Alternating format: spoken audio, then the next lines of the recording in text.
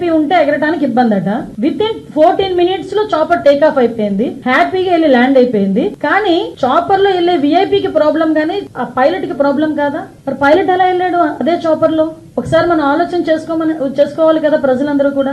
అదే విధంగా మీరు అబ్జర్వ్ చేసుకుంటే ఎంత అంటే ఒక క్రిమినల్ సైకాలజీ ఉన్న వ్యక్తి పొలిటికల్ లీడర్, మళ్ళీ ఎందుకు చెప్తున్నానంటే నాకే చాలా చిరాకు అనిపించింది నిన్న. ఇలా కూడా ఆలోచిస్తారా ఒక పొలిటికల్ లీడర్స్?